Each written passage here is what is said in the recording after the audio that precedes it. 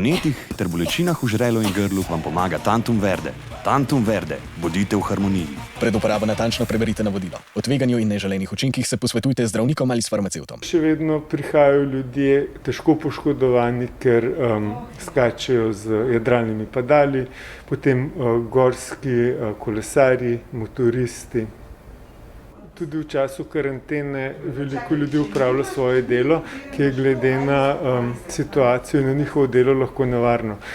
Pri njih pričakujemo poškodbe tako kot do sedaj, vendar pa si želimo teh nepotrebnih poškodb bistveno manj.